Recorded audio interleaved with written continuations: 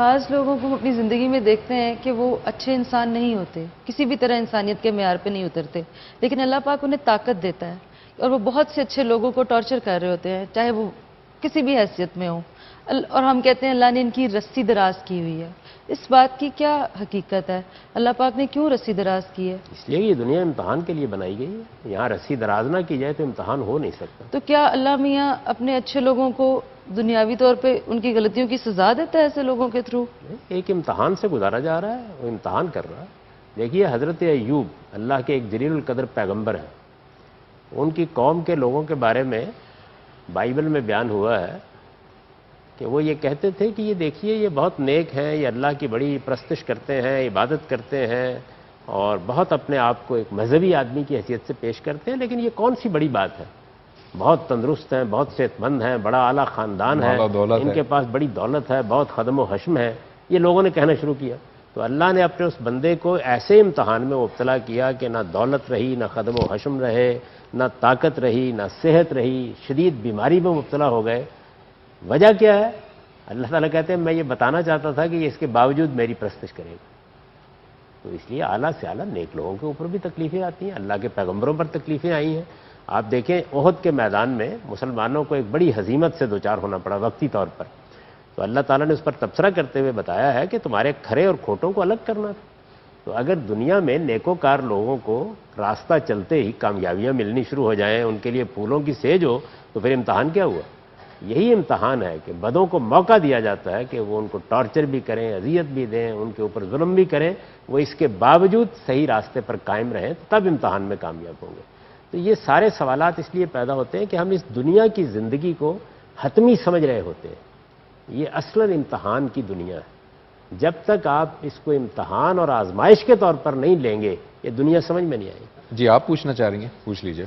سر دنیا واقعی مکافات عمل ہے یا یہ ویسے ہی ایک بات کی جاتی ہے؟ دنیا بالکل بھی مکافات عمل نہیں ہے، کبھی کبھی اللہ تعالیٰ یہاں پر بھی جزا و سزا کا ایک نمونہ دکھا دیتے ہیں، ورنہ مکافات عمل تو اصل میں قیامت ہی سے متعلق ہے، سارا فیصلہ وہیں ہونا ہے۔ یہاں کبھی کبھی ایسا ہوتا ہے کہ جو لوگ آخرت کے اوپر یقین نہیں رکھتے یا آخرت کو ماننے کے لیے تیار نہیں ہوتے یا وہ یہ نہیں سمجھتے کہ جزا و سزا بھی ہونی ہے، تو ان کو تنبیہ کرنے کے لیے کبھی کبھی اس کا نمونہ دکھا دیا جاتا ہے۔ کبھی کبھی ایسا بارہا ہوتا ہے کہ بڑے سرکش لوگ ہیں، زندگی بھر سرکش رہتے ہیں، اسی طرح دنیا سے رخصت ہو جاتے ہیں، اور بڑے نیکوکار لوگ ہیں، میں نے خود اپنی ذاتی زندگی میں دیکھے ہیں، ساری زندگی مصیبتوں میں، ساری زندگی تکلیفوں میں ایسے ہی مبتلا رہتے ہیں۔ اچھا اس سے حیرانی ہوتی ہے، آپ توجیہ نہیں کر سکتے کہ بھئی یہ آدمی ایسا نیکوکار آدمی ہے، ساری زندگی اس محبت شفقت کے ساتھ بسر کی ہے، لیکن ایسا لگتا ہے کہ ہر تکلیف جو آسمان سے آتی ہے خانہ انوری تلاش کرتی ہے۔ ایسا ہوتا ہے اس لیے کہ یہ دنیا اس اصول پر نہیں بنائی گئی کہ یہاں مکافات ہونی ہے، کبھی کبھی اس کا کوئی نمونہ، کوئی جھلک دکھا دی جاتی ہے۔ یہ اس سے متصل ایک سوال یہ جاوید صاحب، یہ بھی کہا جاتا ہے کہ پیرنٹس کے گناہوں کی سزا ان کے بچوں کو ملتی ہے، بعد میں آنے والے لوگوں میں وہ اگر کسی کے ساتھ برا کریں گے تو پھر ان کے بچوں کے ساتھ برا ہوگا، یہ کہاں تک درست ہے اور یہ ایسا کیوں؟ دنیا میں تو ایسا ہی ہوتا ہے۔ دیکھیے دنیا کا چونکہ جزا و سزا کے اصول پر نہیں ہے، تو اگر میں کوئی غلط کام کروں گا تو اس کا پورا امکان ہے کہ میری اولاد اس کو بھگتے گی۔ تو آپ کے کیے کی سزا اولاد کیوں بھگتے گی؟ یہ کہاں کا انصاف؟ سزا ہے ہی نہیں ہے، وہ اصل میں ان کے لیے پھر ایک امتحان برپا ہو گیا۔ یعنی یہاں جو امتحان ہے وہ سارا آسمانی نہیں ہوتا، اس کا بڑا حصہ ہم پیدا کرتے ہیں، انسان پیدا کرتے ہیں۔ اب اس کو آپ دیکھیے نا کہ اللہ تعالیٰ نے تو جس وقت آپ دوڑ کے لیے لوگوں کو اکٹھا کرتے ہیں تو ایک لائن میں کھڑا کر لیتے ہیں نا جی، تو اللہ تعالیٰ نے بھی دنیا میں انسان کو ایسے ہی کہا تھا کہ جاؤ، نہ اس میں امیر الگ تھے، نہ غریب الگ تھے، نہ بڑے الگ تھے، نہ چھوٹے الگ تھے۔ آدم کے بچے پیدا ہونا شروع ہو گئے، دنیا میں چلے گئے، لیکن اس کے بعد انسانوں نے ایک دوسرے کے لیے کتنی آزمائشیں پیدا کر دی۔ تو یہ آزمائشیں ہم پیدا کرتے ہیں، لیکن یہ آزمائشیں جزا و سزا کے اصول پر نہیں ہوتی، یہ اصلاً امتحان کے اصول پر ہوتی۔ تو اس میں بتایا یہ جاتا ہے کہ آپ اپنے لیے نیکی اور خیر کریں گے تو آپ کی اولاد کے لیے آزمائشوں کی نوعیت وہ نہیں ہوگی جو آپ کی خرابیوں کے نتیجے میں پیدا ہو سکتی ہے، یہ تنبیہ کی جاتی ہے۔ تو آزمائشیں تو میرے عمل سے بھی پیدا ہوتی ہیں، میرے آبا کے عمل سے بھی پیدا ہوئی ہیں، ہمارے لیڈروں کے اعمال سے پیدا ہوتی ہیں، کیونکہ دنیا اصلاً امتحان کے لیے بنائی گئی۔ جیسے کہ آپ نے کہا کہ مکافات عمل نہیں ہے، تو پھر جب پیرنٹس کی غلطیوں کی جو سزا ہے پھر وہ بچوں کو کیسے ان کے بچوں کو کیسے ملے گی؟ وہ تو مکافات عمل میں مل ہی نہیں رہی، اس لیے کہ مکافات عمل میں تب ملے کہ اگر ان کے بچے غلطی کریں تو ملے. وہ تو ان کے مقدر کے طور پر مل رہی ہے کہ وہ اس گھر میں پیدا ہو گئے. مکافات عمل اس کو کہتے ہیں کہ آپ نے ایک عمل کیا اور اس کے سزا یا جزا کے طور پر کوئی چیز آپ کو ملی. تو ایک آدمی نے ایک نہایت نامعقول کام کیا، ڈاکے ڈالے، لوگوں کو تنگ کیا، کوئی اور اس طرح کا معاملہ کیا، اب اس کی اولاد اس کے کرتوت بھگت رہی ہے. تو یہ مکافات عمل کیسے ہوئی؟ یہ اولاد نے تو کوئی برائی نہیں کی. اس بندے کو البتہ یہ بتایا جا رہا ہے کہ جب تم ایک برائی کا ارتکاب کرتے ہو تو یہ ضروری نہیں کہ اس کے اثرات تم تک محدود رہیں، وہ آگے تمہارے اعزاء اقربا رشتہ داروں اولاد سب تک جا سکتے ہیں، بلکہ 7 پشتوں تک بعض اوقات تنگ کرتے رہتے ہیں. ایک لیڈر کی غلطی بعض اوقات ایک پوری قوم کو بھگتنی پڑتی ہے. تو یہ دنیا کے اندر یہی قانون ہے جو چل رہا ہے. اس کا مکافات عمل سے کیا تعلق؟ مکافات عمل تو یہ ہے کہ ادھر میں نے ایک خرابی کی، مجھے اس کی سزا ملے. اور سر پھر اس طرح سے جیسے کہ نارملی ہم اپنی کنورسیشن میں کہتے ہیں کہ اس نے برا کیا ہے تو ایسا ہو ہی نہیں سکتا ہے کہ اس کے ساتھ برا نہ ہو، یہ بھگتے گا اس دنیا میں، بھگت کے جائے گا، تم تھوڑا صبر کرو. مطلب جو لوگ ہمیں کنسول کر رہے ہوتے ہیں وہ ہمیں کہتے ہیں کہ تھوڑا صبر کرو، یہ بھگت کے جائے گا. آپ اللہ کی کتاب قرآن پڑھیے، اس میں تو ایسی کوئی بات نہیں. اس میں تو یہ کہا گیا ہے کہ میرے بندے صبر کریں، میں قیامت میں اس کا اجر دوں گا. میرے بندے صبر کریں، میں ان پر ظلم کرنے والوں کو قیامت میں پوچھوں. ہر جگہ یہی کہا ہے. یہ کہیں بھی نہیں کہا کہ وہ ذرا صبر کریں میں ابھی ان کی گردن ناپ رہا ہوں. اللہ کے رسولوں کو، اللہ کے پیغمبروں کو لوگوں نے قتل تک کر دینے کا اقدام کیا. حضرت یحییٰ کا سر کاٹ کر ایک رقاصہ کی خدمت میں پیش کر دیا گیا. نہ آسمان ٹوٹا نہ زمین پھٹی.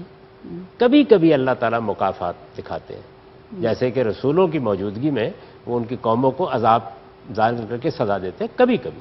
یعنی یہ واقعے روز نہیں ہوتے. عام حالات میں لوگ غلطیاں کرتے ہیں، کوتاہیاں کرتے ہیں، انہی میں زندگی بسر کرتے ہیں. بڑے بڑے نیکوکار ساری زندگی نیکی کرتے رہتے ہیں، کوئی اجر نہیں ملتا. میں آپ کو 10 لوگوں کی مثالیں دے دیتا ہوں ایسے ہی زندگی بسر کر کے سر چلے پھر جائیں. یہ بالکل کتابی باتیں ہیں کہ وقت پلٹ کے آتا ہے، تمہارے سامنے وقت پلٹ کے آئے گا. یہ کتابی باتیں ہیں، یہ افسانوی دنیا کے باتیں. اپنے تجربات ہیں جو لوگ بیان کرتے ہیں. اللہ تعالیٰ نے اس طرح کی باتیں نہیں کہیں، نہ اللہ کے پیغمبروں نے. اللہ تعالیٰ کے پیغمبروں نے ہمیں یہ بتایا ہے کہ یہ دنیا عارضی ہے، یہ امتحان کے لیے ہے. اس امتحان میں تمہیں سخت سے سخت حالات پیش آ سکتے ہیں، لیکن اللہ تعالیٰ اتنا بوجھ نہیں ڈالیں گے کہ تم اٹھا نہ سکو. کرم فرمائیں گے، لیکن وہ کرم کب ہوگا؟ ہو سکتا ہے دنیا میں ہو جائے، لیکن زیادہ تر وہ قیامت ہی میں ہو سکتا ہے کہ دنیا میں ہو جائے.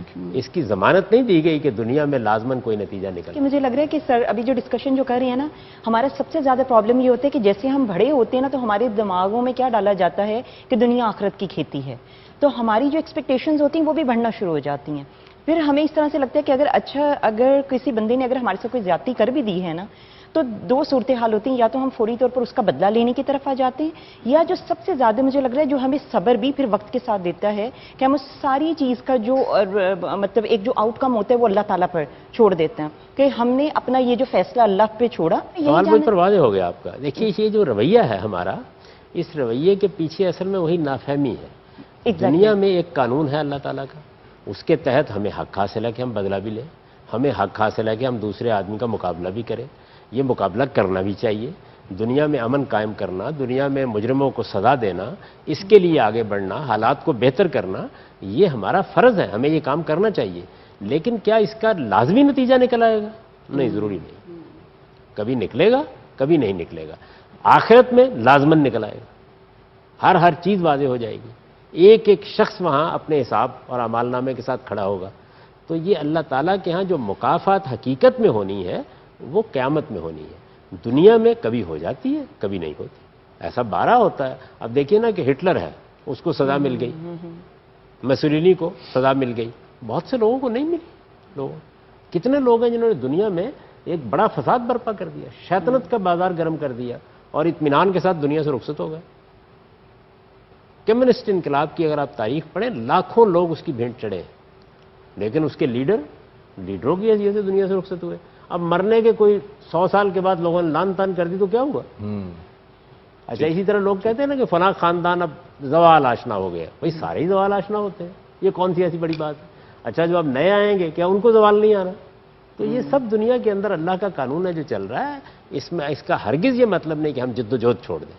یعنی جو طاقت ہمارے اندر ہے اس میں ہم حالات کو بہتر کرنے کی کوشش کریں گے, اپنا بھرپور کردار ادا کریں گے.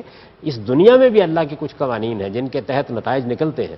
میں اگر اپنی صحت کا خیال رکھوں گا تو اس میں بہتری آئے گی, لیکن اگر میں بے پرواہی اختیار کروں گا تو پورا امکان ہے کہ میں بیماری میں مبتلا ہو جاؤں. تو جو دنیوی قانون ہیں ان کو اسٹڈی کیجئے, الگ کیجئے, لیکن یہ خیال کرنا کہ جو بھی ہوگا برائی کا نتیجہ یہاں لازمن نکل آئے گا, نیکی کا لازمن نکل آئے گا, لازمن کی کوئی ضمانت نہیں دی گئی.